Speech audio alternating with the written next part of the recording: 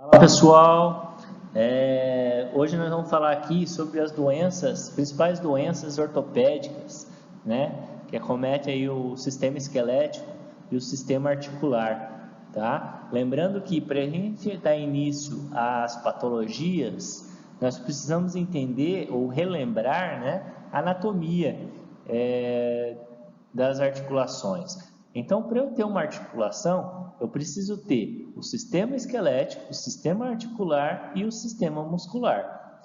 E esses três sistemas juntos vão me proporcionar o movimento do corpo humano. Tá? Então, no sistema esquelético, eu tenho duas extremidades ósseas compondo a articulação, que é as epífises, que são, na verdade, as epífises proximais e as epífises distais, né, de cada osso. Então, e em volta, respeitando obviamente um espaço articular, e em volta essas epífises, nós temos todo o componente de estabilizadores estáticos, né? Então, ali nós temos ligamentos, nós temos as cápsulas articulares, as bursas, as cartilagens, né? Os meniscos, são todos componentes que estabilizam e mantém a articulação alinhada de forma estática, tá? Mas também temos os estabilizadores dinâmicos. É toda aquela musculatura, aquele grupo muscular, seja ele agonista em determinado movimento, seja ele antagonista em determinado movimento, mas são músculos que realizam a estabilização dinâmica dessa musculatura, tá? Então, dando início às patologias, a primeira que eu trago para vocês é um entorse, comum de acontecer tanto em indivíduos no cotidiano, né, quando a gente fala em atletas também, tá? Então, basta o paciente estar andando em nossas ruas, nossas calçadas, com uma pavimentação complicada, né, toda irregular, cheio de buraco. Então, numa distração e numa pisada em falso, que nem nós dizemos, isso pode ocorrer uma torção brusca daquela articulação. Porém, essa torção, ela não acontece o deslocamento das superfícies articulares, mas geram lesões, né? Principalmente dos estabilizadores estáticos, tá? Então, acontece uma torção brusca, né, dessa articulação, que pode sim causar lesões em ligamentos, nos estabilizadores estáticos, tá? E uma vez que o paciente sofre um entorse, né, ele tem a probabilidade de nos dias seguintes sofrer um segundo entorse, um segundo episódio de entorse. Por quê? Porque essa articulação ela fica instável por determinado momento. A memória articular dela fica prejudicada num determinado momento. Então, isso também quando a gente fala em atletas, prejudica, né, o desempenho desse atleta num determinado período, tá? Então, por essa instabilidade devido ao trauma, tá? E obviamente, se eu tenho uma instabilidade articular, eu tenho uma dificuldade de descarga de peso, eu vou ter mudança na minha marcha. Então, com essa mudança da marcha, eu posso ter compensação, né? Eu posso ter uma postura desalinhada e com isso ter um déficit de equilíbrio, tá? Prejudicando, na verdade, o equilíbrio do meu paciente ou do meu atleta, tá? Então, quando eu penso em atleta, ele está numa determinada posição e ele precisa mudar de posição rapidamente, com esse raciocínio rápido, ele vai ter medo, ele vai ter instabilidade. Então, porque a memória articular dele foi prejudicada nesse primeiro entorse, tá? Então, olha aqui umas imagens que eu trouxe para vocês do entorse. E aqui fala que, conforme a angulação gerada pelo entorse, há um acometimento maior das estruturas ligamentares. Isso quer dizer o quê? Quanto maior a angulação do entorse, mais estruturas vão ser lesionadas, tá? Mais ligamentos você pode prejudicar. Então, se eu tenho, concordam comigo, se eu tenho um entorse com uma angulação maior, eu tenho um entorse mais grave. Se eu tenho um entorse com uma angulação menor, eu tenho um entorse menos grave, mais leve, tá? Então, e às vezes eu tenho um entorse que pode até gerar fraturas na minha região. Por quê? Vocês estão vendo que os ligamentos são inseridos em estrutura óssea. Então, às vezes o estresse é tão forte que ele traciona até a estrutura óssea, tá? Então, aqui eu tenho um entorse com apenas estiramento ligamentar. Aqui eu tenho um entorse com uma ruptura parcial. E aqui eu tenho um entorse com uma ruptura total de ligamento, tá? Você olha que tem uma ruptura total do ligamento. Aqui uma imagem já maior, onde eu vejo perfeitamente num entorse com uma amplitude maior, né? Essa parte côncava aqui, na verdade, maior. Então, a angulação maior do entorse, obviamente, mais grave vai ser a lesão, né? Maior gravidade na ruptura dos ligamentos. E os sinais e sintomas? Nós vamos ver depois do entorse a outra patologia, né? Que são as luxações. E aqui os sinais e sintomas são bem parecidos, né? Aquele paciente vai sentir dor, vamos pensar nessa imagem anterior. Então o paciente vai sentir dor, o paciente vai ter perda do movimento, da funcionalidade, né? Vai ter aquele edema local. Então esses são os principais sinais e sintomas. E sendo que nos entorses os ligamentos geralmente sofrem ruptura ou estiramento, provocados pelo trauma na articulação, tá? Que foram aquelas imagens anteriores que eu mostrei. O que nós devemos estar pronto para realizar nesse paciente, né? Primeiramente, eu tenho que avaliar a estrutura, eu tenho que tentar, através da palpação, através da avaliação, perceber quais são as possíveis estruturas lesionadas, né? Escutar meu paciente, o que ele percebeu durante o mecanismo de trauma, e a partir daí eu consigo ter a real noção de quais as possíveis estruturas acometidas. Porém, neste primeiro momento, eu tenho que estabilizar a articulação, tá? Estabilizando, deixando ela imóvel, né? Imobilizando essa articulação, para que as lesões ali que ocorreram não piorem, e também posso dar início com a aplicação de crioterapia, né? Aplicação do gelo no local. Porque a partir do momento que eu aplico o gelo, ele vai minimizar os sinais inflamatórios, tá? E, obviamente, hoje nós temos equipamentos da fisioterapia que promove a aplicação da crioterapia associado com uma compressão. Então, isso potencializa a reação inflamatória, né? Minimiza as reações inflamatórias. Eu consigo fazer uma compressão resfriando aquela região, tá? Até mesmo diminuindo as microhemorragias que pode estar acontecendo. Olha aqui um sinal clássico, né, de um entorse. Toda a região bastante edemaciada, com algum sinal de hiperemia, e com certeza você pede um movimento para esse paciente, ou você faça a palpação, ele vai relatar dor, ele vai relatar incômodo, tá? E agora nós vamos entrar numa outra patologia, outras duas, luxações e subluxações. Qual é a diferença, Ramon, de um e do outro? Uma é completa e outra é incompleta. Vamos ser mais direto. Então, eu tenho aquelas duas articulações alinhadas. Quando eu tenho um trauma e faz o desalinhamento dessa articulação por completo, eu estou falando de uma luxação.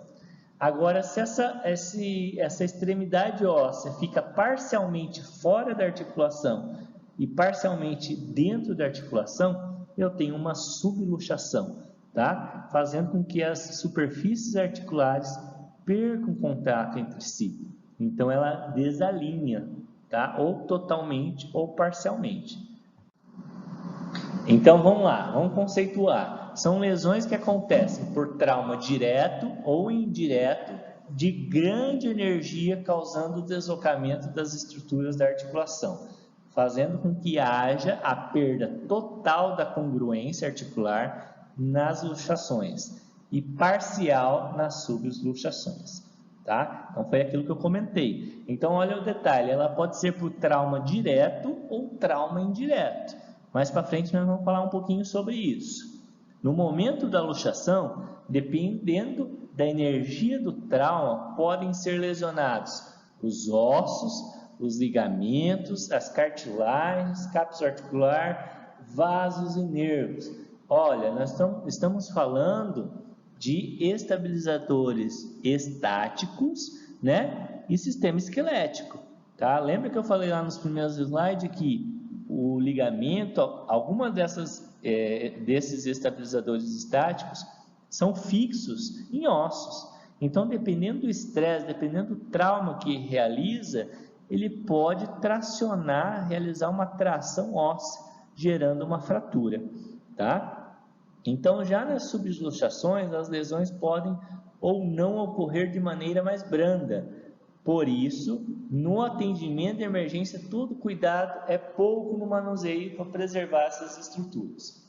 Lembrando que, nessas patologias que nós vamos falar hoje, se eu manuseio o paciente, a região, de qualquer maneira, eu posso piorar as lesões nos tecidos moles, né? Então, por exemplo, eu posso pinçar nervo, então eu posso terminar de acontecer, de efetivar uma ruptura. Então, às vezes eu tenho uma ruptura parcial e no que eu vou forçar lá, eu gero uma ruptura total, né? Então, eu tenho que tomar um pouco de cuidado nesse manuseio. Lembrando que, quando eu falo de luxação e subluxação, nós temos um mecanismo que é o famoso colocar no lugar a articulação. Porém, o nome disso se dá redução articular. A redução articular, o profissional que pode estar fazendo isso é o médico, tá? Então, somente o médico pode reduzir uma articulação. Porém, com exceção a uma articulação, que é a articulação temporomandibular, aquela articulação da mastigação, tá? Pacientes que têm luxações da articulação temporomandibular, ela tem que procurar um dentista, porque somente o dentista é capacitado, né, ou tem experiência para fazer a redução, para colocar no lugar, tá? De maneira nenhuma, você, fisioterapeuta, tem que tentar fazer isso, tá? Qual é o nosso papel de imediato a uma articulação, a uma subluxação ou subluxação?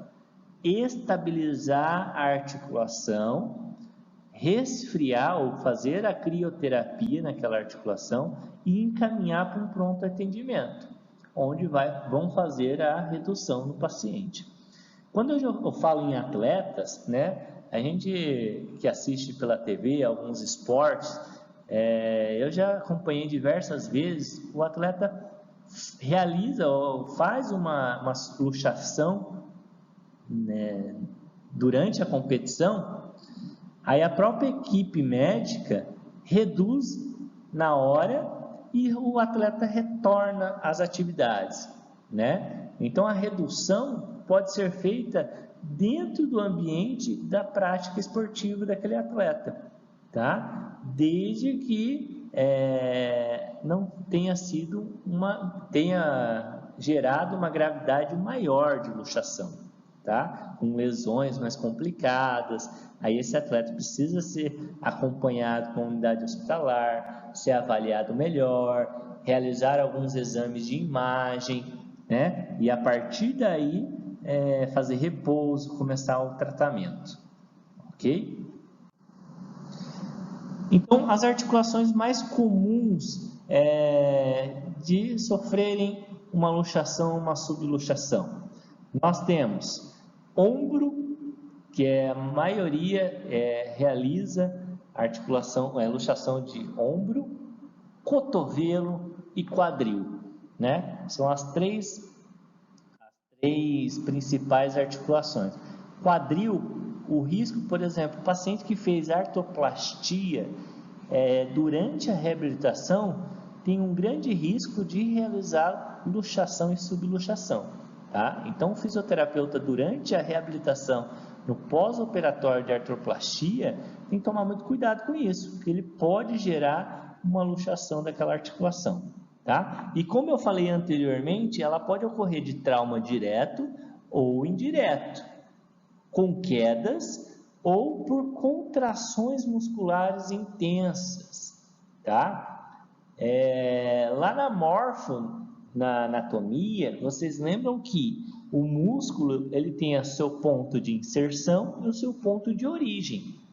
Esses pontos podem ser tanto em outros músculos, fáscias musculares e também em sistema esquelético, em osso. Então, se eu tenho uma contração muscular intensa, essa contração muscular intensa pode gerar uma subluxação e uma luxação, tá? Ela pode fazer com que haja esse desalinhamento articular. Olha aí as principais articulações que podem ter uma subluxação, no caso. Então eu tenho, olha essa aqui como é comum, os pais puxando a criança pelo braço, né? E olha o rádio, olha a articulação, na articulação ali no cotovelo, né? Que tem radionar. Olha ali a cabeça do rádio acontecendo uma subluxação, até mesmo uma luxação.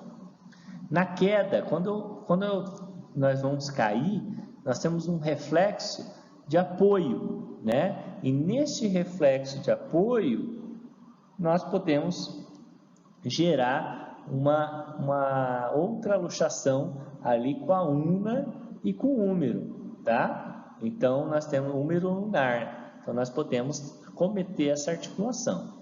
E a mais comum é a do ombro, né? A subluxação, onde o húmero desencaixa da cavidade glenoide. Então, na articulação glenohumeral, eu posso acometer, principalmente quando eu faço uma rotação da cabeça do húmero para anterior. E então, essa luxação para anterior, tá?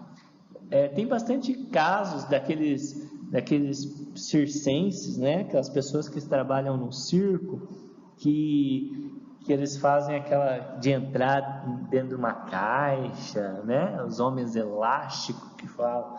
Muitos deles promovem subluxações, né? Promovem treinamentos onde deixam os seus estabilizadores estáticos mais frouxos. Então fica aquela articulação com frouxidão ligamentar, possibilitando que eles façam esses movimentos até se encaixar dentro de uma caixa, né? Olha aqui uns exemplos. Lembra que eu falei da luxação ou da subluxação causada por contração muscular intensa? Vamos pensar aqui na patela. A patela é um osso sesamoide, que ele é abraçado por um tendão, né? E que quando eu tenho uma contração intensa do músculo quadríceps, eu tenho ela solta, né? Então, nisso eu posso gerar uma luxação de patela. Olha aqui na imagem ao lado, um membro reduzido, né? Com a patela praticamente no lugar, e aqui eu tenho com a patela luxada, ó. E a tendência é sempre ela ficar lateralizada, até mesmo devido ao grupo muscular. Então, geralmente, quando eu tenho uma luxação de patela, a patela me apresenta lateralizada e não medializada, tá? Olha aqui como acontece também, pode ocorrer na articulação metacarpofalangiana, né? Olha aqui uma luxação, num atleta, por exemplo, de vôlei, que ele vai fazer o bloqueio e a bolada pega bem na região do dedo, né? A bola pega bem na região do dedo. Então, corre o risco de gerar uma luxação nessa articulação metacarpofalangiana, tá? E também nas articulações interfalangianas. Aqui nesse caso, a medial com a média, né? Ou a intermédia. Então, nessa articulação também pode ocorrer. E a do ombro, que é a mais comum de ter a luxação de ombro. Olha aqui os sinais e sintomas, né? O que eu devo encontrar no meu paciente que sofreu uma luxação, uma subluxação? Dor, né? Principalmente quando você vai tentar movimentar aquela articulação. Então, esse paciente vai relatar dor ou vai demonstrar pela face a dor que ele está sentindo. Deformidade local. Você viu no slide anterior a imagem daquela patela. Então, aparentemente ali, claro ali a deformidade. Lembrando que quando eu falo deformidade, eu tento imaginar algo definitivo, né? Então, deformidade é aquela alteração óssea de forma definitiva, o que não acontece na luxação, né? Então, talvez esse termo não seja correto de eu estar utilizando, mas porque a luxação, ela gera uma deformidade temporária, né? E não definitiva. Então, a partir do momento que o médico faz a redução, finaliza a deformidade, tá? A impotência funcional, obviamente aquela articulação está desalinhada, não tem mais o espaço articular, um osso está longe do outro, então ele vai ter impotência funcional, né? Palidez localizada, edema, encurtamento ou alongamento da estrutura, né? Então todos esses são os sinais e sintomas da luxação e subluxação. O que eu tenho de tratamento de imediato, né? É fazer a estabilização articular e a crioterapia para diminuir os sinais inflamatórios. A partir do momento que esse paciente fez a redução e tem um histórico talvez de luxação frequente, eu tenho que fazer o quê? Fortalecer a musculatura. Eu tenho que trabalhar os estabilizadores dinâmicos, tá? Então, isso que é o grande papel do fisioterapeuta nesses pacientes que têm luxações e subluxações frequentes. Então, às vezes ele tem frouxidão ligamentar, o que permite acontecer essas luxações. Então, eu preciso fortalecer os músculos, que são os estabilizadores dinâmicos, tá? Deixando assim aquela articulação alinhadas, tá? Agora vamos falar um pouquinho de fratura, bom, você já deve ter escutado bastante, né, sobre fratura, que dependendo da fratura, ela pode se tornar mais tranquila ou mais grave, né? Tem os ditados populares aí, as formas de falar popularmente, quebradura do osso, né? Osso está quebrado, o que é um osso trincado, né? Então, o que são as fraturas? A fratura nada mais é do que o desalinhamento ósseo, né? Então, quando você vai fazer uma palpação de uma estrutura óssea, você tem que ver a continuidade desse osso. Então, você palpa, você consegue ter uma continuidade óssea. A partir do momento que tem um espaço entre um fragmento e outro, você pode constar com uma fratura, tá? Porém, tem fraturas que eu não consigo perceber na palpação. tá? Primeiro, devido ao volume muscular ou volume de tecido que tem sobre ela, e depois também pelo tipo de fratura que ela possa ter. Então, se eu tenho uma fratura, aquela famosa trincado no osso, eu não consigo perceber muito claro na minha palpação, tá? Então, fraturas são lesões que acontecem também por trauma direto ou indireto e tem relação de gravidade de acordo com o local e com a energia do trauma. Claro, nós temos fraturas de algumas regiões ósseas que se tornam mais graves, né? E independente do tipo de fratura que foi, mas devido ao seu trauma, por exemplo, a calota craniana. Se eu tenho uma fratura na calota craniana, me obriga a ter muito mais atenção do que eu ter uma fratura em falange distal, né? Então, isso eu não estou falando do tipo de fratura, somente pensando na localidade, na localização da fratura. Então, elas têm diferentes classificações quanto ao número de fragmentos e direção do traço de fratura. São caracterizadas pela descontinuidade óssea, podendo gerar uma área de instabilidade ou não. Quando eu falo gerar uma área de instabilidade, obviamente, vamos pegar esse exemplo aqui, ó, uma fratura do tipo transverso. Se eu tentar movimentar uma articulação distal ou uma articulação proximal, obviamente ele vai me gerar uma área de instabilidade, porque esse osso está totalmente desalinhado, tá? Então, ele vai gerar uma instabilidade. E, obviamente, se eu tenho uma área instável, eu preciso ter cuidado no manuseio desse paciente.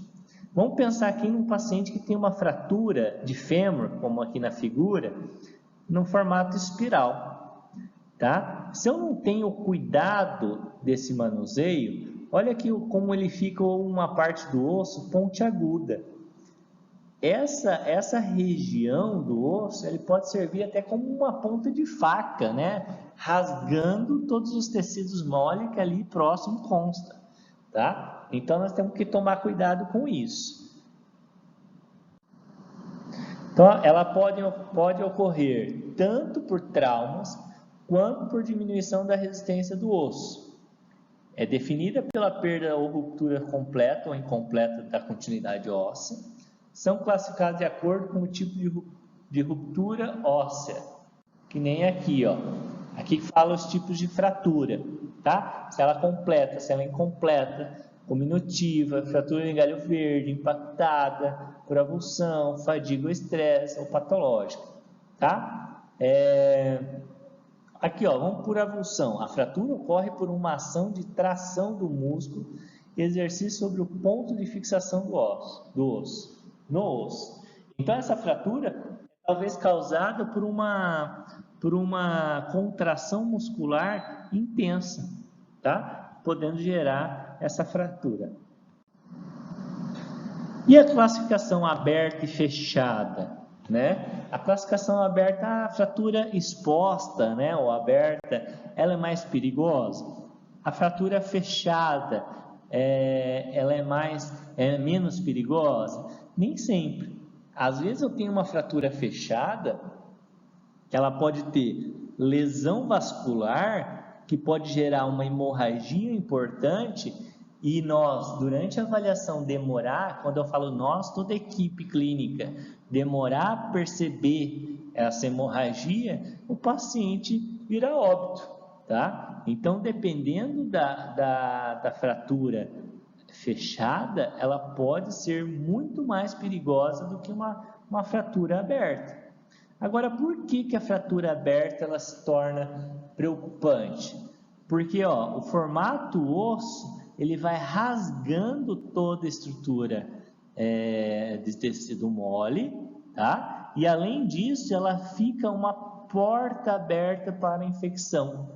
Então, nós vamos ter umas figuras mais para frente que vocês conseguem ter uma percepção melhor sobre isso, tá? Torna uma porta aberta processo infeccioso.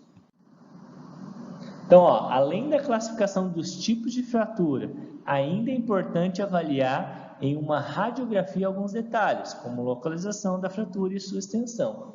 Claro, até agora nós falamos de avaliação do paciente.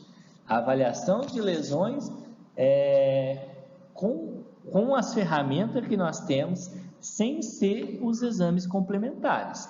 A partir de que eu suspeito de algo, eu pego e solicito alguns exames de imagem para ter certeza da localização daquela lesão e da gravidade daquela lesão, tá? Então é interessante eu saber disso.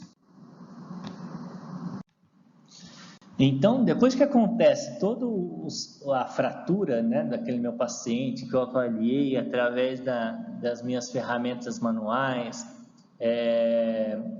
solicitei exames de imagem, avaliei o exame de imagem, né? Aí é interessante a gente entender as fases, né, de cicatrização, de consolidação, na verdade, do sistema ósseo dessa fratura desse paciente, tá? Que são aquelas 5 fases.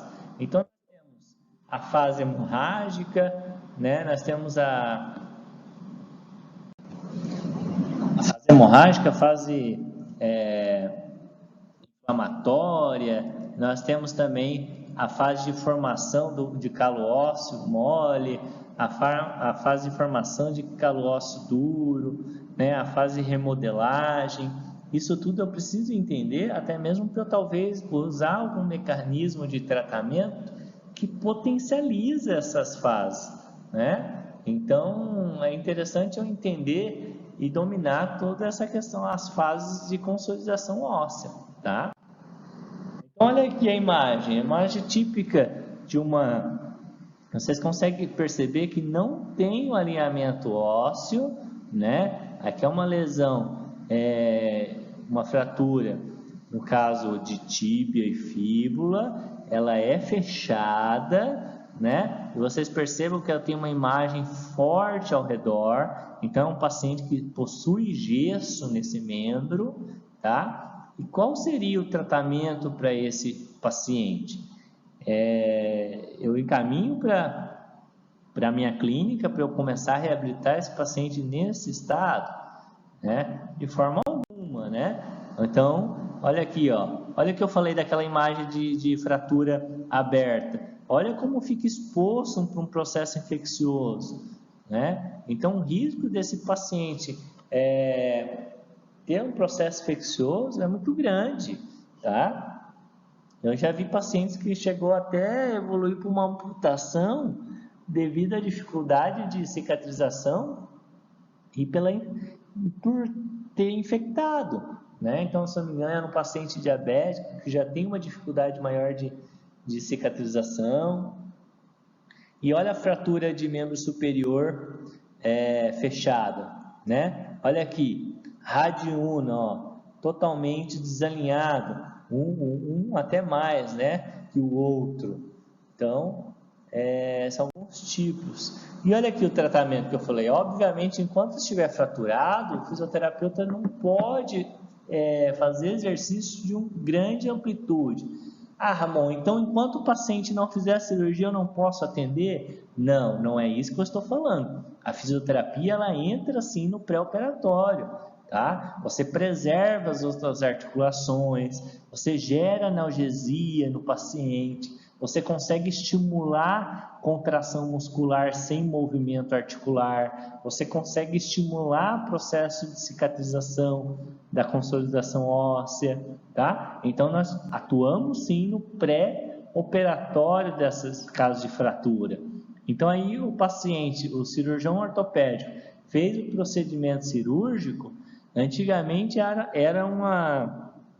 nós passávamos uma situação que os pacientes eram orientados a ficar 60, 90 dias imobilizado, né? Isso gerava um transtorno muito grande para nós fisioterapeutas, porque a dificuldade de reabilitação é muito maior, né? Vamos pegar um exemplo, por exemplo, uma fratura de úmero. O paciente fica imobilizado com aquela órtese, né, a tipóia, por um tempo maior, que pode acontecer com a articulação do ombro? Pode evoluir com uma síndrome do ombro congelado, né? Que nada mais é que aquela articulação diminui totalmente a amplitude, então você cria fibrilas, então você tem que quebrar,